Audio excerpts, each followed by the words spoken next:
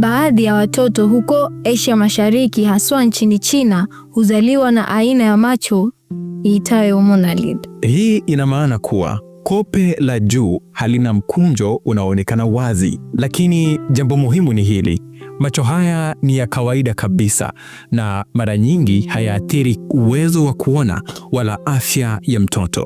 Hata hivyo, kwa sababu za mwonekano au utamaduni, baadhi ya wazazi hutumia tepu maalum ya kope, yani eyelid tape, ili kuunda mkunjo mdogo unaofanya macho yaonekane makubwa au wazi zaidi. Hii mara nyingi hufanywa kwa madhumuni ya urembo, si tiba. Kuna pia hali tofauti, nadra zaidi, ambapo mtoto huzaliwa na kope zisizofunguka vizuri. Katika visa kama hivyo, matibabu au upasuaji mdogo unaweza kuhitajika ili mtoto aweze kuona na kufumba macho kwa kawaida. Kwa hiyo ni muhimu kutofautisha.